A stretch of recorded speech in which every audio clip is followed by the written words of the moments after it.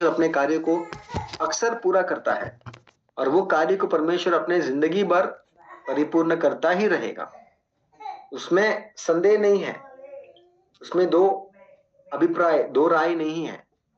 परमेश्वर की योजना के अनुसार परमेश्वर जो भी करता है अपने हित, अपने कल्याण, अपनी स्वेच्छा से, अपनी नाम की महिमा के लिए परमेश्वर वहां पर उस बात को स्थापित कर रहा है। और ये बात बताते हुए पौलुस 9 अध्याय को समाप्त करा। तो 9 अध्याय इतना महत्वपूर्ण क्यों है? क्योंकि 9 अध्याय में बहुत सारे ऐसे बात है। मैं चाहूंगा आप जल्द से जल्द एक बार 9 अध्याय को पढ़िए और कोई भी वचन जो आपको बहुत अच्छा लगता है आप उसको बता सकते हैं। मुझे बहुत अच्छा लगने वाला एक वचन है, बताऊंगा 16 वचन, आप लोग भी चेक कर सकते हैं। कोई भी वचन जो आपको बहुत अच्छा लगता है 9 अध्याय में, कृपया आप अनम्यूट करके बता सकते हैं और हम आगे बढ़ेंगे। 15वां वचन 9 का, मैं जिस पर दया चाहूं उस पर करूंगा और जिस पर कृपा करना चाहूं उस पर करूंगा। परमेश्वर ने हम पर कृपा कर दिया है, परमेश्वर ने हम पर दया कर दिया है। क्यों किया परमेश्वर मैं नहीं जानता हूँ, परमेश्वर की इच्छा थी। ठीक है, बहुत बढ़िया। और कोई? 9 का 24 वचन, अर्थात हम पर जिन्हें उसने न केवल यहूदियों में से वरन अन्य जातियों में से भी बुलाए। जी, इसलिए तो हम बच गए। हम तो अन्य जाति थे, यहूदियों को नहीं अन्य जातियों को बुलाया, इसलिए हम बच गए, वरना हमारा नाश हो जाता। परमेश्वर की धन्यवाद हो कि परमेश्वर ने केवल यहूदियों की अपनी योजना में नहीं बनाया। परमेश्वर चाहता था कि यहूदी लोग अंदर जाए, लेकिन उन्होंने नकार दिया, उन्होंने छोटा समझा, हल्का समझ लिया, नुकसान उनका हुआ, उनको मिलने वाली आशीष उनको नहीं मिला और हमारे जैसे नीच लोग को, अन्य जातियों को मिला। बहुत बढ़िया। ठीक है, और कोई?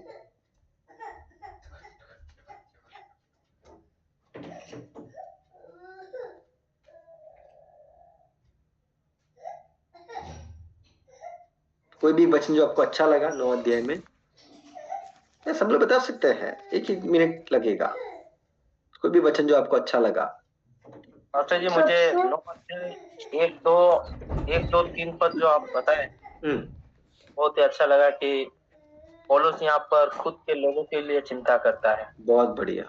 जो है उसके खुद के भाई ये पासवानों के लिए, पास्टरों के लिए एक बहुत बड़ी सीख है। लोगों के प्रति बोझ बहुत जरूर मैंने अच्छा बस जानने मिला। जी, अब्राहम ने कहा, लूत ने कहा, मूसा ने कहा, इसी प्रकार यहाँ पर एक बोझ अपने लोगों के प्रति। हाँ, बहुत बढ़िया। और कोई और भी करना चाहते हैं?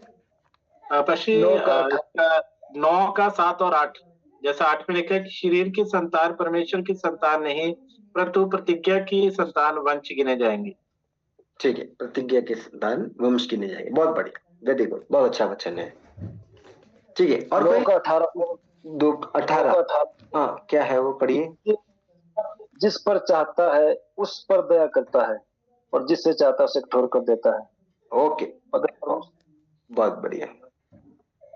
सर 9 का 35 का अंतिम पैराग्राफ में जो कोई उस पर विश्वास करेगा वो लज्जित ना होगा। बहुत बढ़िया, बहुत बढ़िया। हम यही बोलने वाले थे अभी। बहुत अच्छा एक वचन है, जो उस पर विश्वास करेगा लज्जित नहीं होगा। तो कर्मों के कारण नहीं, हमने कुछ बली काम किए इसलिए नहीं, हमारे भले काम क्रियाओं से नहीं, कथना से नहीं, विश्वास के द्वारा हम धर्मी ठहरा जाते हैं। जो उस पर विश्वास करेगा वो कदापि लज्जित नहीं होगा। लज्जित होने के लिए परमेश्वर कभी भी हमें अनुमति नहीं देगा। ओके, बहुत बढ़िया, बहुत बढ़िया। ठीक है, तो अभी आगे बढ़ेंगे। 10वां अध्याय। 10वां अध्याय में कह रहा है इसराइल के लोग को। क्वेश्चन था। हाँ, प्लीज प्लीज पूछिए। पक्षी जैसा इसमें लिखा है कि मतलब आपने बताया कि विश्वास ही के द्वारा सब कुछ है, कर्मों से नहीं है, क्योंकि यहूदी लोग कर्मों से दिखाना चाहते हैं। लेकिन जब हम याकूब की पत्री में शायद लिखा है कि बिना कर्मों के जो विश्वास है वो मुर्दा है। ठीक है, बहुत अच्छा सवाल पूछा है। देखिए, समझना है, उद्धार पाने के पहले कर्म 0 लाभ करता है, लेकिन उद्धार पाने के बाद कर्म करना जरूरी है। मतलब देखो, मैं उद्धार पाया, मैंने कुछ किया इसलिए नहीं, लेकिन अभी मैं बच गया है, अब मेरा काम क्या है? लोगों को बचाना, ये काम है।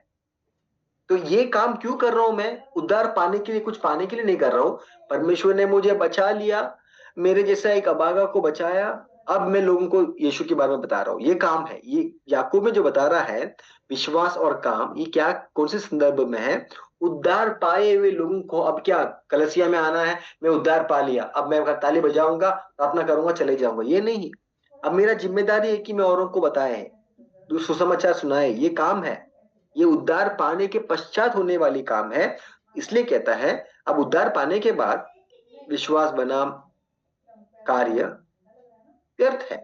कोई काम नहीं कर रहा, विश्वास विश्वास विश्वास बोल कर बैठ रहा हो, कोई काम नहीं कर रहा हो, किसी को यीशु के बारे में बता रहा नहीं है। कोई गरीब है, देखो याकूब में कहता है तुम में से कोई गरीब है, मदद करना है, पश्चाताप नहीं करना है, तो वो संदर्भ में बताता है काम काम काम। लेकिन उद्धार पाने के लिए हमको कोई काम करना पड़ता नहीं, एक ही काम करते हैं, मसीह के ऊपर हम विश्वास करते हैं। समझ गए आपको? जी जी पास। ठीक है। देखिए हम एक बस में यात्रा कर रहे हैं, तो पहला टिकट लेना पड़ता है। ठीक है, मान लीजिए आप ट्रेन में जा रहे हैं, आप ट्रेन में जाने के पहले आपने रेलवे स्टेशन से टिकट ले लिया, टिकट लेके आप अंदर घुस गए, टीटीआर आता है, वापस आप टिकट बनवाता है? नहीं भैया, हमने तो ले लिया टिकट, टिकट पहले ले लिया, तो अब क्यों वापस काटे हम? इसी प्रकार है, एक बार हमने लिया है, लेकिन एक जिम्मेदारी है। अगर आपका टिकट आपने गवा दिया और टीटीआर आता है, पूछता है भैया टिकट दिखाओ, आप कहता है हमने ले लिया, नहीं, आपका जिम्मेदारी था कि आपको संभालना था, आपने नहीं संभाला, वापस टिकट काटो। टिकट क्यों काटना है? आपने गलती कर लिया। अब उद्धार पा लिया है, खुशी मनाकर, आनंद मनाकर जीना नहीं है हमारा लक्ष्य। उद्धार पाया है, अभी हमारा काम है ये उद्धार को जितना हो सकते उतना लोग के साथ हम साझा करें। तो यहां पर इस बात को पौलुस बता रहा है। ठीक है, 10वां वचन 1 से 4 को एक जन पढ़ सकते, 10वां अध्याय का 1 से 4 को एक जन पढ़िए। हे भाइयों, मेरे मन की अभिलाषा और उनके लिए परमेश्वर से मेरी प्रार्थना है कि वे उद्धार पाएं। कौन उद्धार पाए? उनकी... एक मिनट, कौन उद्धार पाए? अपने लोग। अरे बच जाओ यहूदियों। देखो 9 अध्याय के शुरुआत में भी यही बोलते, 10वां अध्याय में भी यही बोलते, उनका अंदर का जो बोझ, मेरा लोग उद्धार पाए यार, ये लोग मसीह को क्यों नहीं जान रहे? ठीक है, आगे पढ़िए।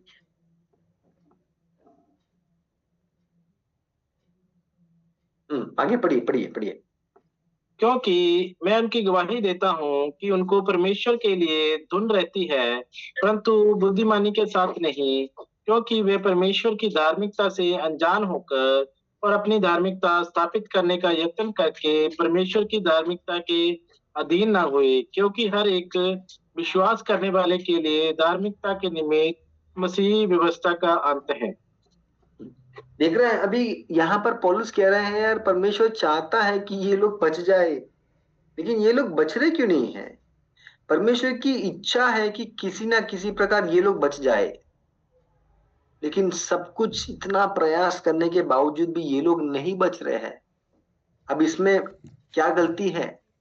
हमारा क्या गलती है? हमारा कोई गलती नहीं है। पास्टर पौलुस को पूछेंगे, पास्टर पौलुस क्या करे, लोग बच रहे क्यों नहीं है? हम नहीं जानते बच रहे क्यों नहीं है, उनको इसका कारण नहीं मालूम। वो चाहते हैं कि लोग बचे, लेकिन लोग नहीं बच रहे हैं, ये उनके हाथ की बात नहीं है। उनका इच्छा है कि लोग बचे और बहुत गंभीरता से वो यत्न कर रहे हैं, परमेश्वर आप लोगों को बचाए, लोगों को बचाए, लेकिन नहीं बच रहा है। It's not in our hand, हमारे हाथ में नहीं है। उद्धार का मार्ग तो सबके लिए है। देखो कितना बढ़िया है, और शीर्षक अगर आपके बाइबल में आप देख सकते हैं, उद्धार सबके लिए। तो पहला बता दे यहूदी यहूदी यहूदी, अरे यहूदी लोग को नहीं चाहिए तो हम लोग कहते हैं ना अक्सर, बाढ़ में जाओ, नहीं चाहिए तो तुम बाढ़ में चले जाओ, हमको परवाह नहीं, परमेश्वर आपका इंतजार करेगा।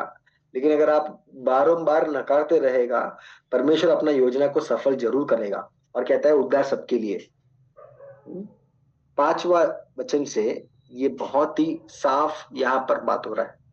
कानून बनाम विश्वास को लेकर। 5वां वचन से कोई पढ़िए, 5वां वचन से जी।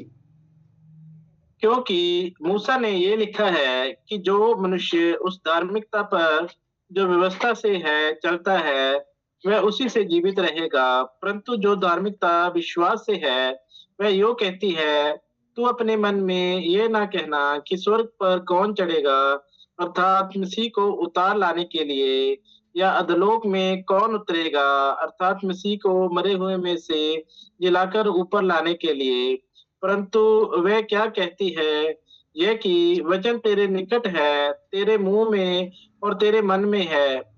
यह वही विश्वास का वचन है जो हम प्रचार करते हैं। ठीक, बहुत कि बढ़िया। यदि तुम एक मिनट, थैंक यू, बहुत बढ़िया। कानून और विश्वास की बात को पौलुस कह रहा है। पौलुस कहता है जो लोग कानून के द्वारा धर्मी बनने की जो कोशिश कर रहे हैं, हम कानून पालन करेंगे, वे असफल रहेंगे। आप कानून पालन करने से धर्मी नहीं बनेगा। मसीह में विश्वास के द्वारा ही उद्धार प्राप्त किया जा सकता है। मतलब अगर हम मसीह यीशु में विश्वास करेंगे तहे दिल से, तब जाकर ही आपका उद्धार होगा। बाकी जो भी कुछ कर रहे हैं ये सब व्यर्थ है, बेकार में है। अब 9 वचन से बहुत सुंदर है, मैं चाहूंगा आप लोग सब बड़े ध्यान से सुनिएगा। ये हमारे उद्धार का नींव है प्रियो, हमारे उद्धार का नींव है। 9 वचन से 13 वचन तक इतना सुंदर वचन है, धीरे धीरे उसको पढ़ेंगे। आप अगर चाहते हैं किसी को उद्धार में लाए, आपको ये बिना मतलब कंटस करना है, बाय हार्ट बिना देख के बोलना है आपको। और अगर आपके परिवार में कोई है जो मरने जा रहा है, विश्वास में नहीं है, मैं तो कहता हूं मरने के समय भी लोग को आप बचा सकते हैं। मालूम है, क्रूस की चोर मरते मरते ही बच गया। तो अगर आपके परिवार में कोई है जो मसीह में नहीं है, वो मरने के समय में अगर होश में है, आप ये वचन को उनसे बुलवा सकते हैं। क्या है वचन? 9 वचन से पढ़ेंगे, सब लोग अपने बाइबल में पढ़ सकते हैं, कोई एक जन जोर से पढ़िएगा 9 वचन से लेकर जी। कि यदि तू अपने मुंह से यीशु को प्रभु जानकर अंगीकार करे और अपने मन से विश्वास करे कि परमेश्वर ने उसे मरे हुए में से जिलाया, तो तू निश्चय उद्धार पाएगा। बस क्योंकि बस बस बस बस, थैंक यू, बहुत बढ़िया। 2 चीज करना है, मुंह मन, 2 चीज है, माँ मुंह मन। मुंह से क्या करना है? यीशु को प्रभु जानकर अंगीकार करें। मन से विश्वास करना है। क्या विश्वास करना है? यीशु मसीह मरकर जी उठा, बस और कुछ नहीं। यीशु मसीह मरकर जी उठा। अरे मरा हुआ व्यक्ति कैसा जी उठेगा? क्या बात! आपको मालूम है दुनिया के बड़े बड़े विज्ञान लोग, पंडित लोग, वो लोग विश्वास नहीं करते हैं। आप उनको बोल पूछिए यीशु मसीह मरकर जी उठा, अरे कुछ फालतू बात मत करो। पढ़ाई में तेज होगा, दुनियावी विद्या में निपुण होंगे, लेकिन ये बात विश्वास करना उनके लिए मुश्किल है। विश्वास नहीं करेंगे, कितना भी आप बोलो उनको, नहीं ये तो हम विश्वास नहीं करेंगे। क्या बात, फालतू बात बोल रहे हो? अरे खबरस्तान है, आप देखेंगे इसराइल में, वहां पर लिखा है वो यहाँ पर नहीं है, वो जी उठा है। ये सब हमको विश्वास नहीं करना है। हमने तो कैसा विश्वास किया फिर? यीशु मसीह ने थॉमस को कहा, तोमा को कहा, धन्य है वो लोग जो देखा नहीं है फिर भी विश्वास है। हमने कहा देखा यीशु को? मैंने तो यीशु को देखा नहीं। हम में से कोई भी शायद सपने में देखे होंगे या हकीकत में वास्तविकता में हम देखे नहीं, फिर भी हम विश्वास कर रहे हैं। ये कैसा हुआ मालूम? पवित्र आत्मा ने मदद किया। अगर आप यीशु मसीह पे विश्वास कर रहे हैं, ये आपकी खुद की इच्छा से नहीं हुआ, कहीं ना कहीं पवित्र आत्मा ने मन दिया, हमें मदद किया हमें कि हम विश्वास कर पाए, हम बच जा पाए।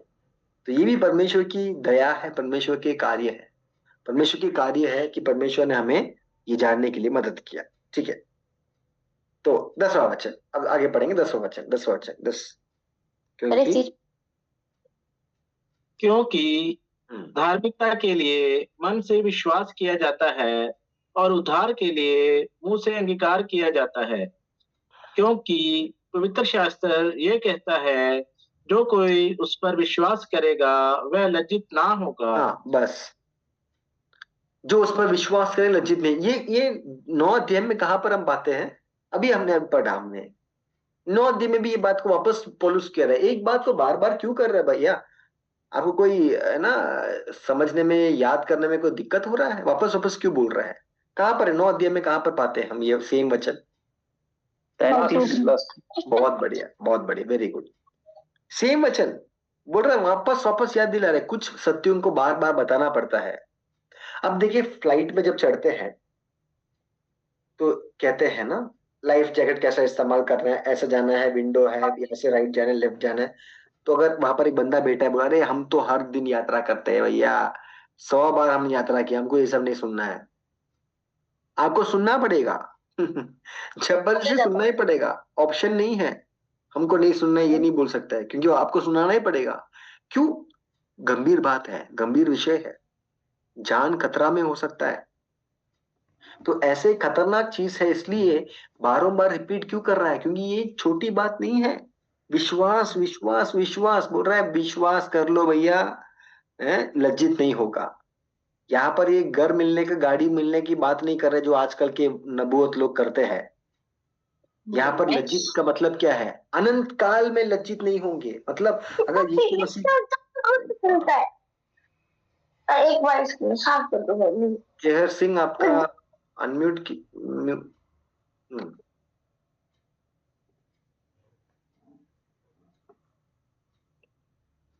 ठीक है सर, एक सवाल था, पूछूं? हाँ पूछिए पूछिए, प्लीज प्लीज। जैसे मेरी मम्मी की तबीयत खराब थी बहुत ज्यादा, तो उनको हमने प्रभु के बारे में बताया था, तो वो वचन भी सुनती थी और वो कहती भी थी कि मतलब मेरे लिए प्रार्थना करो। तो हमने मतलब प्रभु यीशु को जानती थी वो, मतलब इतना वो तो नहीं करती थी, मतलब हमसे कहती थी कि प्रार्थना करो, प्रभु यीशु मसीह के वचन भी सुनती थी। तो जैसे अब उनकी डेथ हुई है, तो क्या उनका उद्धार हुआ होगा? उन्होंने क्या कबूल किया है अपने मुंह से यीशु मसीह पर, जैसा हमने ये वचन में देखा? क्या उन्होंने एक बार भी अपनी जिंदगी में कहा है कि मैं विश्वास करता हूँ यीशु मसीह मरकर मेरे पापों के लिए मरा? क्या उन्होंने बोला है ये बात? तो नहीं बोला, लेकिन हाँ बस ये कहती थी कि हाँ प्रभु यीशु मसीह हैं, कि मेरे लिए प्रार्थना करो उनसे। बुजुर्ग सी थी, तो उनकी डेथ हुई है, तो फिर उनका उद्धार हुआ कि नहीं? वचन तो सुनती थी वो। जी, ये बहुत ही कठिन सवाल है, क्योंकि परमेश्वर जानता है स्वर्ग में होगा या नहीं होगा।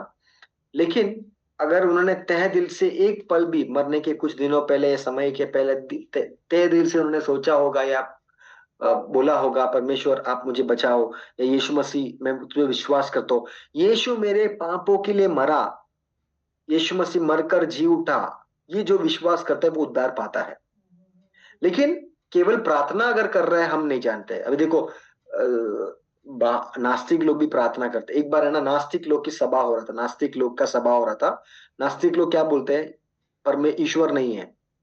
और अचानक से बहुत बड़ा भीड़ में बारिश होने लग गया गलती से है ना, गलती से वो इंग्लिश में बोल रहे हैं, जो मेन बंदा था वो चिल्ला के बोला, oh my god let's run it is raining, oh my god let us run it is raining.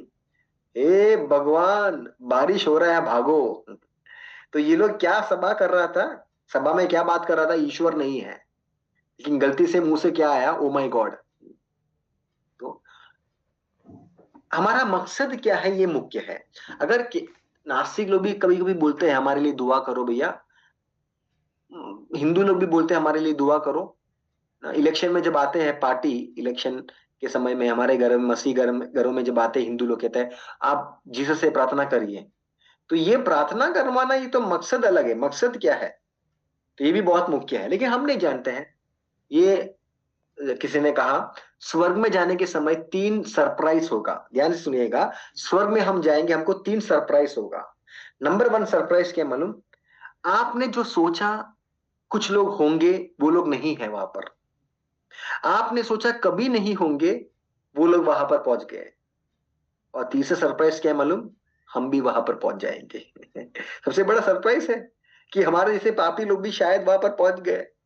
तो ये आपने जो सही बताया है, लेकिन मैं बताऊंगा कि आप लोग को अगर ऐसा अवसर मिलता है किसी की सेवा करने जो मृत्यु के समय में है, कृपया उनसे ये वचन बोलवाना है आपको, क्योंकि वो लोग उतने जानते नहीं है।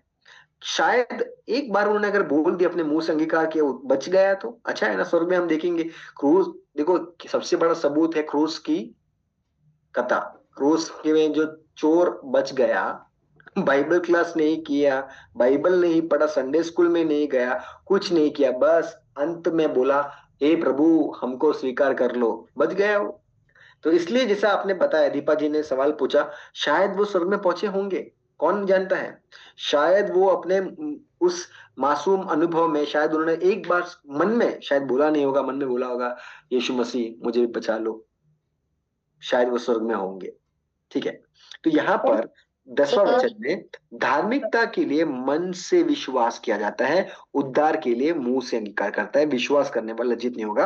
13 वचन यहूदी यूनानी में कोई भेदभाव नहीं। देखो अभी क्या बोल रहा है, पहले इतने साल बोल रहा था यहूदी यहूदी यहूदी, परमेश्वर के लोग, वायदा मिला है ना, हम लोग शुरुआत में हमने देखा वायदा मिला है, प्रतिज्ञा मिला है, लेपालकपन हुआ है। अब कहता है तुमको नहीं करना है ना, तुम चले जाओ, चलो निकलो, बहुत हो गया तुम्हारा, तुमको बहुत बार से बोल रहा तुमको नहीं करना है। अब गैर यहूदियों के लिए मतलब यूनानियों के लिए भी ये उपलब्ध है, इसलिए कि वह सबका प्रभु है, अपने सब नाम लेने वालों के लिए उद्धार है।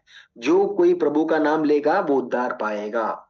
जो कोई प्रभु का नाम लेगा वो मतलब जो कोई यीशु का नाम लेगा वो उद्धार पाएगा। अब आप हिंदू हो, मुसलमान हो, यहूदी हो, गैर यहूदी हो, ये ऑफर सबके लिए। देखो कितना बढ़िया सा एक आशा है हमारे लिए, क्या बढ़िया आशा है। हमारे जैसे लोग जो यीशु को नहीं जानते हैं, बस बोल दिया हम बच गए। मैं चाहूंगा आप लोग सब 12-13 वचन को एक साथ पढ़े। 12-13 वचन बहुत सुंदर है, बहुत सुंदर वचन है। 12 और 13 पढ़िए। यहूदियों और यूनानियों में कुछ भेद नहीं, इसलिए कि वह सबका प्रभु है और अपने सब नाम लेने वालों के लिए उद्धार है, क्योंकि जो कोई प्रभु का नाम लेगा वह उद्धार पाएगा। क्योंकि जो कोई प्रभु का नाम लेगा वो उद्धार पाएगा। जो कोई मतलब कोई भी लेगा मसीह का नाम उद्धार पाएगा। मोदी जी हो, योगी जी हो, कोई भी हो, यीशु का नाम जो लेगा उसको उद्धार मिलेगा। तो विश्वास और उद्धार सभी के लिए। ये वचन के आधार पर हम ये सीख सकते हैं कि विश्वास परमेश्वर जो देता है, ये जो प्रस्ताव है सबके सामने सबके लिए है, और अगर हम चाहते हैं तो हम इसको स्वीकार जरूर कर सकते हैं। अब 14 वचन से 17 वचन तक पढ़ेंगे। इसी में से सवाल है, बस सिर्फ नाम लेने से उद्धार मिल जाए? नहीं नहीं नहीं, वो ऊपर लिखा है। नाम लेने का मतलब क्या, ऊपर लिखा है मुंह से अंगीकार कर रहे हैं, मन से विश्वास कर रहे कि परमेश्वर यीशु मसीह का पुत्र मेरे लिए आया, मरा, मैं मरे में से जी उठाया, उनका नाम लेने से तो बच जाएगा। तो कितने सारे लोग हैं जो कृष्ण गीत सुनते हैं, क्या उद्धार पाएंगे? नहीं, ऊपर लिखा है, संदर्भ है, मन में विश्वास करता है, मुंह से जो अंगीकार करता है कि यीशु खुदा है, वही बच जाता है। जी। और इसी के रिलेटेड जब ये बात कर रहे तो सवाल था कि जैसे हमने दूसरे चैप्टर में भी देखा था कि वहां पर लिखा है कि जो व्यवस्था के जानने वाले हैं, जो जानबूझकर पाप करते हैं, उनका न्याय उसके हिसाब से होगा। और लेकिन जो आगे आयतों में लिखा है 16-15 में कि जो व्यवस्था की बातें हृदय में लिखी दिखाते हैं तो उनका न्याय उसके हिसाब से। देखिए परमेश्वर ने, देखो अभी कुछ लोग पूछते हैं जो लोग यीशु को कभी नहीं सुना है, यीशु के बारे में कभी नहीं सुना है, उनको क्यों न्याय देना है? अफ्रीका में लोग हैं, यूरोप में लोग हैं, बिहार के गांव में लोग हैं जो एक बार भी यीशु के बारे में नहीं सुना है, फिर कैसा वो लोग को न्याय देना है? वहां पर लिखा है व्यवस्था मन में है। मतलब क्या है? देखो हर धर्म में लोग बोलते हैं हमारे अंदर विवेक है। विवेक मतलब यीशु को जानते नहीं है, वो भी बंदा जब गलती करता है माफी मांगता है कभी कभी। यीशु को नहीं जानता है, बाइबल नहीं पढ़ा है, फिर भी देखो सिंपल उदाहरण, आप ट्रेन में जा रहे हैं, एक नास्तिक व्यक्ति आपके सामने आता है, गलती से उसका पैर आप मतलब वो गलती से आपके ऊपर लात मारता है, गलती से क्या करता है वो? सॉरी, माफ करना, है ना? वो विश्वास नहीं, बाइबल नहीं जानता है, क्षमा नहीं जानता है, प्यार, यीशु का प्यार नहीं जानता है, फिर भी करता है। क्यों? मन में विवेक है। विवेक मतलब हम बचपन में, हम पैदा होते ही हमारे मन में भला क्या है बुरा क्या है हम जानते हैं। तो उन लोग जो यीशु को नहीं सुने हैं उनका ऊपर न्याय कैसा होने वाला है? मन में मिला हुआ व्यवस्था के आधार पर, जैसा मदन लाल जी ने बताया, वो व्यवस्था के आधार पर उनका न्याय होने वाला है। लेकिन बाकी उनका न्याय ऐसा नहीं है। तो यीशु को जानता है, उनका व्यवस्था बाइबल है, बाइबल के आधार पर उनके साथ न्याय होगा। पवित्र आत्मा उनके मन में जो बातों को बोला उन्होंने नकार दिया, उसके आधार पर होगा। लेकिन जो मसीह को नहीं जानते हैं उनके जीवन में कैसा न्याय होगा? व्यवस्था के आधार पर न्याय होगा।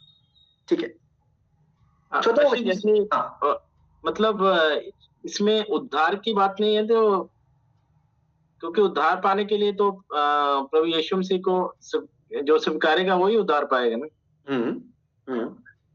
तो आपका तो सवाल ये क्या? मतलब ये कौन सा न्याय की बात हो रही है फिर? वो लोग जिनको उद्धार के बारे में सुनने का सौभाग्य नहीं मिला, आपके दोस्त है अविश्वासी लोग जिन्होंने कभी यीशु के बारे में सुना नहीं, उद्धार नहीं पाया, उद्धार के बारे में सुना नहीं, उनके लिए है, उनके अंदर जो व्यवस्था परमेश्वर रखा है, विवेक, मन में जो विवेक है, सही बात गलत बात क्या है, उनके आधार पर उनका न्याय होगा। जो लोग उद्धार के बारे में कभी सुने नहीं है, सुनने का अवसर सौभाग्य नहीं मिला है। समझ पा रहे हैं आप? लेकिन सर वो यहाँ पे एक सवाल उठता है ना। हाँ, पूछिए। जब उनका न्याय वैसे होगा तो वो न्याय का उनको स्वर्ग तक ले जा सकता है, उस न्याय का रिजल्ट क्या होगा मतलब? हाँ, बहुत बढ़िया सवाल, बहुत बढ़िया सवाल। हाँ, वेरी गुड। अब क्या वो बच पाएंगे, ये सवाल है। अब वचन कहता है यीशु के बिना कोई स्वर्ग में नहीं जाएगा। सिंपल सवाल, सिंपल उत्तर। यहां पर उनका न्याय भले ही उनके विवेक से हो रहा है, खुदा के कलाम से नहीं हो रहा है, वो बचेंगे नहीं, क्योंकि यीशु मसीह पर जो विश्वास नहीं करेगा वो उद्धार नहीं पाएगा। आकाश के नीचे पृथ्वी के ऊपर उद्धार पाने का एकमात्र नाम यीशु के नाम है। मतलब स्वर्ग में जाएगा। हमने तो बड़ी अच्छे से जीवन जिया, किसी को गंदा बोला नहीं, गाली नहीं दिया। वचन क्या कहता है? हमारे धार्मिकता की काम क्या है? मलिन कपड़ा के समान है। इसलिए उद्धार की जरूरत है। यीशु मसीह पर जो विश्वास नहीं करेगा, उद्धार नहीं पाएगा, वो स्वर्ग में नहीं होगा। भले वो बड़ा मदर तेरेसा हो, महात्मा गांधी हो, जो अहिंसा करता था, जो पाप नहीं करता था, पवित्र जीता था, नहीं। मसीह यीशु पर जो विश्वास नहीं करता है, यीशु मेरे पापों के लिए मरा, ये विश्वास नहीं करता है, वो सब नरक में जाते हैं। अब दूसरी बात, ये नहीं बोल सकते हैं हमने कभी सुना नहीं। भैया कौन बताया सुना नहीं? सुनने के लिए अवसर तो हर दिन मिलता है। आपके गांव में मसीह लोग हैं, समाज में मसीह लोग हैं। ये नहीं बोल सकते हमने यीशु के बारे में सुना नहीं इसलिए हम अनंतकालीन नरक में आए। हर व्यक्ति को परमेश्वर न्यायी है। हर व्यक्ति को कहीं ना कहीं किसी ना किसी रीति से सुसमाचार सुनने का सौभाग्य मिला है, मिलता है। अपनी जिंदगी में कम से कम एक बार तो उन समाचार सुनाने का अवसर मिला था। स्वीकार करे नहीं करे उनके ऊपर है, नकार दिया तो उनका गलती है। तो ये जो बात है कि यीशु के बिना हम पहुंच सकते स्वर्ग में, भले हम अच्छे अच्छे से जीवन जिए, नहीं नहीं पहुंचेंगे, क्योंकि वचन बहुत साफ है। यीशु के द्वारा ही मुंह से अंगीकार करते हैं वो ही उद्धार पाएगा। मैं अच्छा जीवन जिया, मैंने किसी को कुछ नहीं बोला, मैं यीशु को नहीं जानता था लेकिन मैंने किसी को कुछ बोला नहीं, वचन बोल रहा है उद्धार कौन पाएगा? 9 वचन में बहुत क्लियर है। 9 वचन 10वां वचन का महत्व समझेंगे तब हमें मालूम पड़ेगा अरे स्वर्ग में जाने के लिए एक ही चीज है, यीशु को विश्वास करना है। समझ पा रहे हैं आप जय सिंह जी? जी जी जी सर, जी ठीक है, ठीक है, ठीक। अच्छा, लेकिन आपने पहले अभी कहा कि जिनको मतलब सुसमाचार नहीं सुनने का मौका मिला, उनका न्याय उनके विवेक के अनुसार विवेक से होगा। अभी आपने कहा कि नहीं, यीशु का नाम लेने से ही होगा। हाँ, यीशु मसीह पर विश्वास नहीं करेंगे भैया, न्याय कैसा हो रहा है? जो यीशु मसीह पर विश्वास नहीं करते हैं उनका ऊपर जब न्याय का समय आएगा उनके विवेक से होगा। विवेक से भी अगर न्याय करेगा तो भी वो पाप में ही जाएगा। क्यों? हमारा सबसे अच्छा काम, वचन क्या कहता है? धार्मिकता का काम मलिन कपड़ा के समान है। मतलब भले उन्होंने कबूतर को खाना खिलाया, गंदा गाली नहीं दिया, फिर भी हम पाप में ही पैदा हुए। जैसा वचन कहता है गर्भ से ही हम पाप में हैं, पापमय शरीर। इसलिए तो उद्धार का जरूरत है, नहीं तो हम क्यों उद्धार पा रहे हैं? उद्धार के बिना अगर स्वर्ग में जा सकते थे तो क्यों यीशु के पीछे जाना है? यीशु का मृत्यु का महत्व वहां पर नहीं रहेगा। ठीक है, मैं आपका उत्तर और एक बार क्लास के समय एंड में समझने, हमारा क्लास बीच में रुक जाएगा, हम लास्ट में और एक बार इसको समझाएंगे। आगे देखेंगे 14 वचन से सुसमाचार पहुंचाने के बारे में बता रहे हैं। क्यों उद्धार जानना जरूरी है? 14 वचन से कहता है फिर जिस पर उन्होंने विश्वास नहीं किया वे उसके नाम कैसे ले? और जिसके विषय सुना नहीं उस पर कैसे विश्वास करे, प्रचारक बिना कैसे सुने। अब यहाँ पर सुसमाचार का महत्व, हम ये नहीं बोल सकते हैं अरे उनको सुसमाचार सुनने का अवसर नहीं मिला। यहाँ पर मसीह जिम्मेदारी की बात बता रहा है। मसीहों का जिम्मेदारी क्या है, जितना हो सकता है उतना सुसमाचार सुनाना है। और इसलिए कहता है उनका पाव क्या ही सुहावना है जो अच्छी बातों का सुसमाचार सुनाते हैं। सुसमाचार सुनाने वालों का महत्व के बारे में यहाँ पर बता रहा है। यीशु मसीह का सुसमाचार जो सुनाते हैं उनके जीवन में मिलने वाली आशीष, उनकी दर्जा क्या है। देखो हमारे शरीर के सबसे खराब अवयव क्या है। हम जब चर्च में जाते हैं, कई चर्चों में हम हमारे जूता बाहर रखते हैं ना, जूता बाहर रखते हैं। हम जानते हैं कुछ कलीसियाओं में लोग प्रवेश करने के पहले अपने पैर को धोते हैं। हमारे शरीर के एक बुरा एक अवयव है क्योंकि गंदगी जल्दी लग जाता है पैर। लेकिन यहाँ पर कहता है जो व्यक्ति सुसमाचार लेके जाता है उनका खराब, सबसे खतरनाक, सबसे गंदा शरीर का अवयव भी सुहावना बनता है। सुहावना क्यों बन रहा है, क्योंकि वो सुसमाचार का संदेश लेकर जा रहा है। प्रियो, पिछले 11 महीना में हमने कितने लोगों को सुसमाचार सुनाया। क्या हम सुसमाचार बोलने से झिझकते हैं? पौलुस कहता है मुझे सुसमाचार के बारे में शर्म नहीं है। हम कल एक वीडियो देख रहे थे, मुंबई लोकल में एक बहन यीशु के बारे में प्रचार कर रहा है, बिना शर्म का प्रचार कर रहा है। यीशु मसीह कौन है, ईस्टर के दिन वो प्रचार कर रही है। कह रहा है यीशु मसीह मरकर जी उठा, आप कोई भी हो, यीशु आपसे प्यार करता है। अरे शर्म की बात है ये तो। हम कैसे समाज में बताएंगे, हमारे बॉस क्या सोचेंगे, हमारे भाई क्या सोचेंगे। यहाँ पर कहता है आप ये मत भूलना। अभी उद्धार के बारे में बताते हुए कह रहा है सुसमाचार बताने का महत्व क्या है। 14 से 17 वचन, इसमें सबसे मुख्य वचन है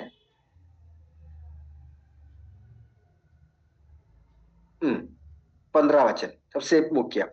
यदि भेजे ना जाए तो कैसा प्रचार करे, जैसा लिखा है उसके पांव क्या ही सुहावने हैं जो अच्छी बातों का सुसमाचार सुनाते हैं।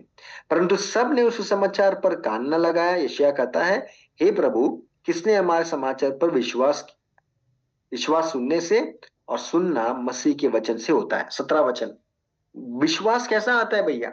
अब विश्वास कैसा पाए हम, कुछ नहीं, वचन सुनने से विश्वास आता है। यीशु के वचन को सुनने से हमारे अंदर विश्वास होता है। विश्वास के लिए हमने कुछ नहीं किया, परमेश्वर के योजना के अनुसार हम विश्वास किए और हम बच गए। और 18 वचन से 21 वचन तक यहाँ पर इस्राएल का भविष्य के बारे में बता रहे। क्या है भविष्य? पौलुस बताता है कि इस्राएलियों ने सुसमाचार को अस्वीकार किया जबकि अन्य जातियों ने उसे स्वीकार किया। यह परमेश्वर की योजना का हिस्सा है ताकि इस्राएल को उनके पापों पर विचार करने का अवसर मिले। इस्राएल के लोग, आपको इतना दुख क्यों हो रहा है? आपको मिलने वाला आशीष को आपने गवा दिया। अब और कोई किसी को अगर उद्धार हो गया तो आपको चिंता क्यों हो रहा है? आपके हाथ में जब यह अवसर मिला आपने उसको गवा दिया। मनुष्य के पुत्र को आप, इसलिए पत्रोस अपने प्रेरितों के काम में पवित्र आत्मा से प्रेरित होकर कहता है तुमने मेरे यीशु को मारा है। मुंह तोड़ जवाब देता है, उनको देखकर कहता है तुमने यीशु को मारा है। यहूदी लोग सुधर जाओ, मन फिराओ, तुमने यीशु को मारा है। पौलुस ये बात से वाकिफ है कि अगर इस्राएलियों को मिला हुआ सौभाग्य को लगातार वो लोग नकारते हैं, भविष्य में उनको पश्चाताप होगा। जब हम स्वर्ग में जाएंगे, यूपी से, बिहार से, केरल से, मध्य प्रदेश से जब हमारे जैसे लोग को देखेंगे, यहूदी लोग, वो लोग बोलेंगे अरे भैया हमने तो नकार दिया, ये लोग बच गए, हमको मिलने वाला सौभाग्य इनको मिल गया, उन लोग बच गए, उनका उद्धार हो गया। तो ये उनका जीवन में होने वाली अफसोस की बात है, इस्राएल का अस्वीकार करना, और इनका भविष्य में उनको होगा ये अफसोस। ये विचार करने का अवसर मिलेगा कि काश हम भी इसको स्वीकार किए होते। तो रोमियो 10 से हमें क्या सीख मिलती है? मुख्य विषय क्या है? 10वां अध्याय का मुख्य विषय है उद्धार।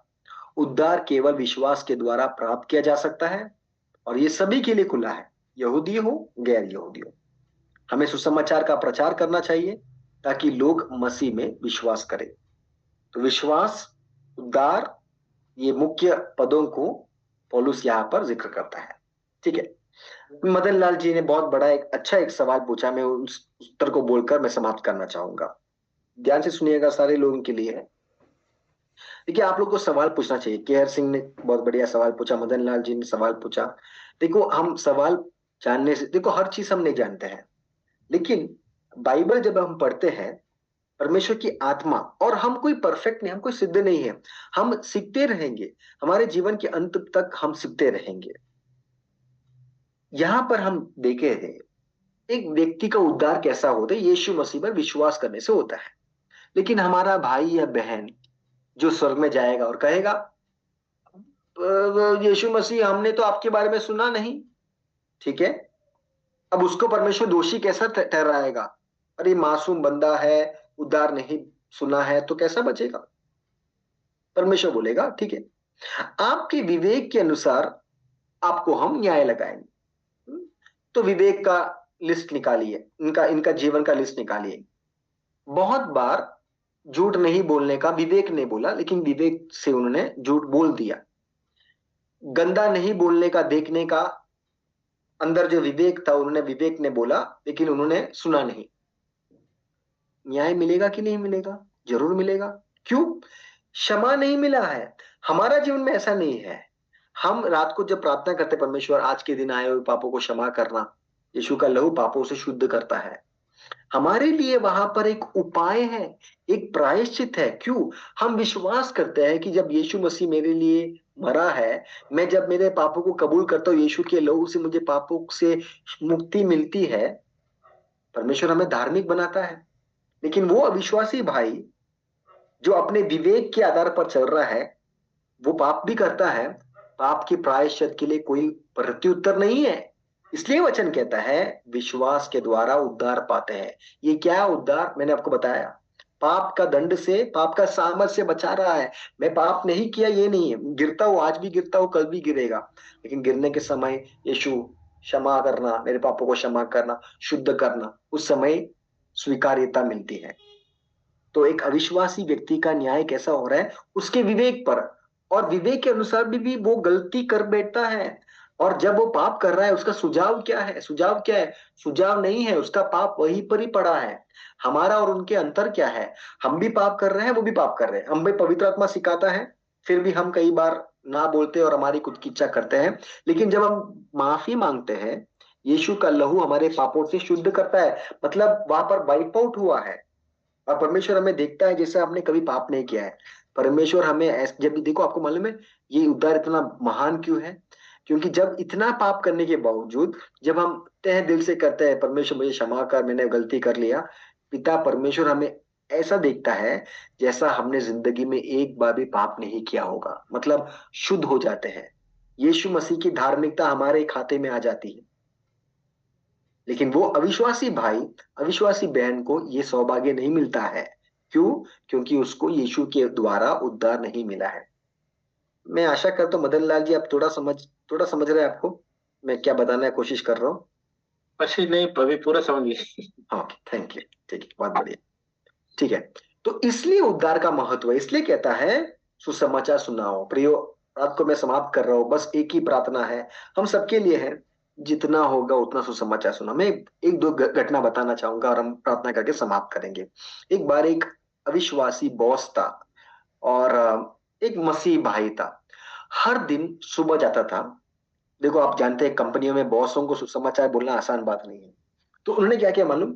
हर दिन सुबह आधा घंटा पहले जाता है और बॉस जो गेट पे, मतलब उनका जो ऑफिस कैबिन है, कैबिन के बाहर जाकर हाथ रख के प्रार्थना करता है। क्या प्रार्थना करता है मालूम? परमेश्वर मेरे बॉस को बचाना, मैं सुसमाचार तो बोल नहीं पाऊंगा लेकिन कहीं ना कहीं एक बार यीशु को जानने पाए। बहुत दिन बीत गया। एक दिन ये बॉस का बेटा बहुत बीमार है और बहुत चिंतित है। तो ये भाई ने ऐसे पूछा, सर आप बहुत नाराज लग रहे हो, क्या हो गया आपको? अरे क्या बताओ, हमारा बेटा बीमार है, दवाई बहुत दिया, अस्पताल में लेके गए, कोई कुछ नहीं हो रहा है। इन्होंने बस एक चीज बोला। क्या बोला मालूम? इंग्लिश में बोला, ट्राई जीसस। क्या बोला? Try Jesus. और चले गए, बस हंस के दिखाया और चले गए, ट्राई जीसस बोल के चला गया। रात को 10-11 बजे फोन आता है बॉस का। बुलाता है, पूछता है तुमने मुझे आज शाम को क्या बोला? सोचिए अगर आपका बॉस रात को बुलाता है 11-12 बजे, डर जाते, क्या बोला मैं कुछ नहीं बोला। नहीं नहीं तुमने कुछ बोला, अब बताओ क्या बोला तुमने। अरे भाई सर जी हम याद नहीं करते हैं। नहीं आपने कुछ बोला, जब से आपने ये बात बोला ना मेरे मन में कुछ तो शांति में महसूस कर रहा हूं। तो बोला क्या बोला सर, हमको याद भी नहीं है। आपने कुछ जीसस कुछ बोला। हाँ हमने यही बोला कि जीसस से प्रार्थना करेगा, तो मतलब आपने कहा था ना दवाई से काम नहीं होता, हमने खाली बोला कि ट्राई करो यीशु को। तो क्या कैसा हम ट्राई कर सकते हैं। बॉस ने बोला आप कुछ भी करो हम तैयार है, हमारा बेटा मर रहा है, तबीयत बहुत खराब है, अस्पताल सबसे बढ़िया हॉस्पिटल में लेके कुछ नहीं हुआ। को मालूम है वो विश्वासी भाई ने फोन में उस बेटे के लिए प्रार्थना किया, वो पूरा परिवार आज मसीह में है। बड़ा काम नहीं किया, 2 शब्द, ट्राई जीसस। ऐसे छोटे छोटे माध्यमों से हम यीशु के बारे में बता सकते हैं। दूसरा एक घटना व्हाट्सएप स्टेटस में एक बंदे ने, एक मसीह बंदे ने लिखा था जीसस लव्स यू, बस सिंपल जीसस लव्स यू, ठीक है, बहुत सिंपल चीज लिखा था। अब एक इनका जो एक दोस्त था रात को आत्महत्या करता है 3 बजे आत्महत्या करने के समय सोचता है चलो वैसे भी मर रहा हूं, सबका स्टेटस देख लेते हैं। स्टेटस चेक करते करते करते आया तो अचानक से एक स्टेटस क्या है उसमें, जीसस लव्स यू। उनके जीवन में एक ब्रेकअप हुआ था, आप जानते हैं ब्रेकअप, उनका एक गर्लफ्रेंड ने उनको नकार दिया था, अनाथ थे, डैडी मम्मी नहीं था, एक बहन से उनका ना बहुत प्यार हो गया और अंत में उन्होंने धोखा दे दिया। आत्महत्या करने के लिए नौजवान तैयार है, रात को बुलाते 3 बजे, बुलाते तुमने क्या स्टेटस डाला। अरे तो पागल हो गए कि रात को 3 बजे बुला के पूछा स्टेटस क्या डाला, मुझे याद नहीं। नहीं नहीं बता बता बता बता, मेरे जीवन में मैं बहुत मुख्य एक पहल में खड़ा हूं, बताओ। अरे क्या देखा, क्या स्टेटस आपने पढ़ा। जीसस लव्स यू, हाँ हम मसीह है, हम विश्वास करते हैं यीशु आपसे प्यार करता है। मुझसे प्यार करता है, हाँ आपसे प्यार करता है। सुसमाचार सुना है, रात का 3:30 बजे उद्धार पा गया हो। देखो हम सोचते छोटे छोटे चीज से नहीं, बड़े बड़े चीज से भी परमेश्वर बचा सकता है, छोटे चीजों में भी बचा सकता है, लेकिन हमारा काम है सुसमाचार सुनाना। और एक उदाहरण और समाप्त। यूपी में हमारा एक भाई है, हमारा एक विद्यार्थी है राजेश कुमार, यूपी के सबसे खतरनाक जिला में काम करते हैं। 4 साल काम किया, एक भी विश्वासी नहीं आया।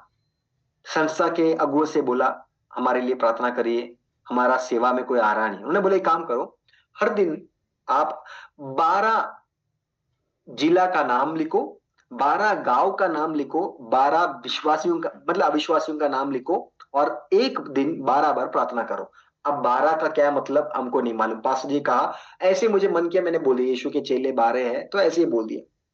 ये बंदे ने करना शुरू किया, विश्वास नहीं करेंगे 3.5 साल के अंदर उनकी कलसिया में आज 1200 विश्वासी है, 1200 विश्वासी। कुछ नहीं किया, प्रेयर वॉक मतलब चलते चलते परमेश्वर उनके बुक में लिख के रखा 12 विश्वासियों का नाम, हर दिन प्रार्थना, परमेश्वर मेरे 12 गांव के लिए प्रार्थना करता हूँ।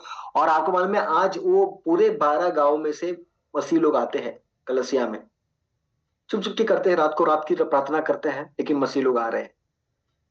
प्रार्थना प्रेयर वॉक हम कहते हैं, मतलब आप चलते चलते बाजार में जाते हैं, परमेश्वर जब मुखिया का घर देखते हैं, आरएसएस वाले का घर देखते हैं, यहाँ पर कोई आरएसएस वाले तो नहीं है ना, कोई सुन रहा नहीं मेरा, देखते हैं तो देख के प्रार्थना कर, परमेश्वर यहाँ पर लोग मसीह को जाने, लोग मसीह को जाने, लोग मसीह को जाने, लोग मसीह को जाने। आप नहीं जानते शायद आपका प्रार्थना से लोग आएंगे। पास्टर जुगल आपके विश्वासियों को लेकर जाना है, प्रेयर वॉक के लिए जाना है, 3-4 विश्वासियों को लेकर बाइक में जाओ। दूसरा एक भाई का हम जानते हैं, हम 1 हफ्ते पहले एक पास्टर यहाँ आए थे मुंबई से, उन्होंने गवाही बताया हमको, कहते थे ऐसे इलाका में काम करते थे यहाँ पर सबसे कठिन था, लेकिन 7 साल बाइक में सुबह दोपहर रात को एक विश्वासी भी नहीं था, एक विश्वासी भी नहीं था, 7.5 साल तकरीबन बाइक में हर दिन सुबह दोपहर यात्रा करते प्रार्थना करते थे। लेकिन आज उस जगह पर 40 लोग मसीह को जाने, 40 लोग। और पूछते पास्टर कह रहे थे जहां पर भी हम बाइक में जाके प्रार्थना किया वो सारे गांव से एक एक विश्वासी आ गए। तो समाचार सुनने में मुझे लज्जित नहीं होता है। जीवन के अंतिम क्षण तक जब तक हमारे पास श्वास है हम सब समाचार बताते रहेंगे। कहता है अगर नहीं जाएंगे तो कैसा जानेंगे, बोलेंगे नहीं तो कैसे सुनेंगे। हमारे जीवन से जो अवसर मिलता है गवाना नहीं, सुसमाचार हमें सुनाना है। आइए हम प्रार्थना करेंगे, हमारे क्लास को समाप्त। हाँ कोई सवाल है तो आप पूछ सकते हैं, नहीं तो हम प्रार्थना करेंगे जी। सर अगर कोई इंसान से पूरी अपनी जिंदगी में, पूरे अपने जीवन में मतलब वो उसको बार-बार वचन दिया जाए, समझाया जैसे अंगीकार करना ये सब कुछ, तो वो इग्नोर करे, लेकिन उसके मरने के टाइम वो ये करे, एक्सेप्ट करे कि नहीं मैं यीशु को एक्सेप्ट करता हूँ, अंगीकार करो, तो सर उसका उद्धार होगा? जरूर होगा। क्रूस का चोर सबसे अच्छा सबूत है। शायद जिंदगी में अवसर मिला होगा या नहीं मिला होगा, लेकिन एक बात है, स्वर्ग में जाने के समय प्रतिफल नहीं। अब बताइए चोर को क्या प्रतिफल है? देखो आपके जीवन में कम से कम कुछ प्रतिफल तो होगा। जब आप लोग स्वर्ग में जाएंगे, हम सब जाएंगे, कुछ ना कुछ हमने अपनी जिंदगी में मसीह के लिए कुछ तो किया होगा ना। कम से कम 2 लोग के लिए प्रार्थना किया होगा, कुछ ना कुछ किया होगा। चोर को हमको देखकर चोर को बहुत डा होगा। चोर हमें देखेंगे ना, उसको बहुत बुरा लगेगा, अरे यार ये यूपी से हमारे भाई आए, केयर सिंह, जुगल, चिन्ना, प्रिंस जी, मदन लाल जी, इनको कितना प्रतिफल, हमको कुछ नहीं है। अफसोस होगा, बच तो जाएगा। देखो 35 मार्क लेके नंबर लाने वाले बच्चे हैं, क्या बोलते हैं, सर पास करा दो बस, मैं स्क्रेप एंड पास। कुछ लोग कहेंगे सर 35 की, एक बंदा पूछ रहे, हमारा एक दोस्त विद्यार्थी पूछ रहे थे, सर 40 नंबर पास करा दो बस, 40 नंबर के लिए कितना पढ़ो आप बता दो। तो ऐसा जाने से क्या फायदा है भैया, जिंदगी भर हमको अफसोस होगा। तो आपने जो सवाल पूछा, वो बच जाएंगे, जरूर बचेंगे, लेकिन उनको अफसोस होगा क्योंकि कुछ पूरा जिंदगी को बर्बाद कर दिया। अपना एकमात्र जिंदगी जो एक ही बार मिलता है, जिंदगी को गवा दिया। जब हम देखते हैं सारे लोग पास जुगल बहुत सारे प्रतिफल के साथ खड़े हैं, विश्वासी के साथ खड़े हैं, और हमारे हाथ में कुछ नहीं है। अरे हाथ छोटा क्यों है, यीशु के लिए कुछ नहीं किया, मैं तो बच गया लेकिन प्रतिफल नहीं है।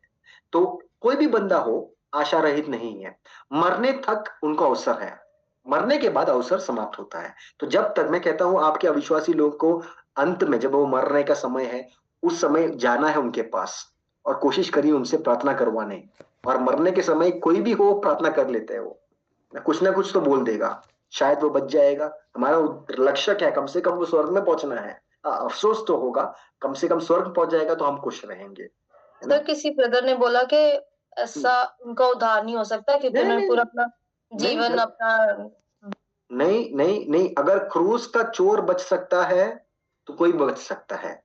अंत क्षण में भी, अंतिम क्षण में भी अगर हमने कबूल कर लिया यीशु मसीह गलती हो गया, माफ कर लो, स्वीकार करो, वचन कहता है जो यीशु मसीह पर विश्वास करता है, कबूल करता है, वो बच जाता है। तो नहीं, ऐसा नहीं है, वो गलत शिक्षा है। अगर अंतिम क्षण में भी हमने बोला पहुंच जाएगा, लेकिन अफसोस तो होगा, स्वर्ग में प्रतिफल नहीं होगा। 35 नंबर ला गए, पहुंच तो गया, लेकिन जैसा प्रवेश करना है, जैसा स्वीकार्यता मिलना है, वो तो हम गवा लेंगे, नहीं मिलेगा। समझ गए आपको उस जी? जी सर, थैंक यू। ओके अच्छा जी, हाँ, मैं बोलना चाहता हूँ एक चीज कि एक व्यक्ति अगर मान लीजिए सॉरी, एक व्यक्ति जो मान लीजिए कि वो प्रभु यीशु मसीह पर विश्वास किया और अंतिम तक वो विश्वास ही करता रहा, लेकिन उसको बहुत चांस मिला वो बपतिस्मा लेने का, लेकिन वो कभी भी नहीं लिया। लेकिन वो मन से विश्वास कर रहा है, मुंह से भी अंगीकार कर रहा है, सब कर रहा है, तो वो क्या स्वर्ग जा सकता है? नहीं, अगर बपतिस्मा के बारे में मालूम था और जानबूझकर नकारते रहा तो उसको अवसर नहीं है, क्योंकि वचन में बहुत साफ बताया है नया जन्म के बारे में। अगर वो उसको ज्ञात नहीं था तो दूसरी बात है, लेकिन अवसर मिलने के बाद देखो, अब कुछ दिनों पहले हमने यूट्यूब में एक वीडियो देखा, 95 ईयर्स का एक अंकल जी बपतिस्मा ले रहे हैं और वो बेड में पड़ा है, मतलब बेड को 10-12 लोग, वो पूरा मतलब वो लकवा था, ये लकवा को पानी में डुबा रहा है। तो हम सोच रहे थे भैया जिंदगी में अवसर जब मिलता है, नौजवान थे है ना, जब अच्छा उम्र है, अकेला जाके बपतिस्मा लेना, क्यों 10 लोग को परेशान करवाना है। तो अवसर जब मिलेगा बपतिस्मा लेने के लिए, आपको मालूम है अवसर है, समय है, लेकिन लोग क्या बोलेंगे, झिझकते हैं। वचन कहता है जो मेरे कारण शर्मिंदा होते हैं उस दिन परमेश्वर हमारे कारण शर्मिंदा हो। परमेश्वर कहेगा मैं नहीं जानता हूं। बपतिस्मा मुख्य है, लेकिन अगर नहीं जानते थे या अवसर नहीं मिला तो अलग बात। देखो हमारी एक बहन है जो मसीह में अकेले विश्वास में है, बहुत चाहते हैं लेकिन बपतिस्मा नहीं हो रहा, क्या करें, घर के बाहर उनको निकाल रहा नहीं है। परमेश्वर उनका हृदय को जानता है। परमेश्वर में विश्वास करता हूं पूरे दिल से, आज रात को अगर वो मरेगी स्वर्ग में जाएगी, क्योंकि उनका दिल को परमेश्वर जानता है। वो कहती है भैया एक अवसर मिल जाए बपतिस्मा लेने, मैं खुद से बपतिस्मा ले लेता, लेकिन मुझे लेना है। तो घर से बाहर नहीं छोड़ रहा है, क्या करेंगे। तो ये अवसर अगर मिला है और नहीं कर रहा है, परमेश्वर न्याय देगा, लेकिन अगर अवसर नहीं है तो परमेश्वर समझ सकता है। जी थैंक यू पास्टर। थोड़ा सा बोलना चाहता हूँ पास्टर जी, ये क्लास का बाद रोमियो खत्म होने के बाद आपका और भी कुछ क्लास है क्या पास्टर जी उनका यहाँ पर? जी हम बताएंगे। हमने अभी हमने शुरू किया यहाँ पर पढ़ाना। हम बाकी बहुत जगह में पढ़ाते हैं, लेकिन यहाँ पर पहली बार किया है, तो शायद आगे भी क्लास जरूर होगा, बताएंगे आपको उसके बारे में। जरूर लीजिएगा पास्टर जी, बहुत अच्छा लग रहा है आपका क्लास। धन्यवाद। ठीक है, तो हम लोग प्रार्थना करेंगे। If you are hungry you will be angry, ना, तो भूख लग जाएगा तो क्रोधित हो जाएंगे। तो हम लोग प्रार्थना करेंगे और समाप्त करेंगे। हालेलुया। धन्यवाद पिता परमेश्वर, हम जो पढ़ रहे हैं, अध्ययन कर रहे हैं, केवल ये हमारे जानकारी के लिए नहीं सीमित होने पाए। हमारी ये प्रार्थना है, अभिलाषा है प्रभु, ये हमारे जीवन में कार्य होने पाए। परमेश्वर, हम लाखों धन्यवाद करें कि आपने हमें कैसा बचा लिया। परमेश्वर, ये तो हमको मिलना ही नहीं था, ये अविश्वासी अन्य जातियों को मिलना था, लेकिन परमेश्वर यहूदी लोगों के लिए जो बात निहित हो गया, कैसा था कैसा, हम तो बच गए, लेकिन हमारा जिम्मेदारी है कि हम औरों को बचाए। मदद करना, अनुग्रह देना, यीशु मसीह के नाम से मांगते हैं। ओके, परमेश्वर आपको आशीष दे। हम लोग अगले हफ्ता मिलेंगे। सबको जय मसीह। जय मसीह।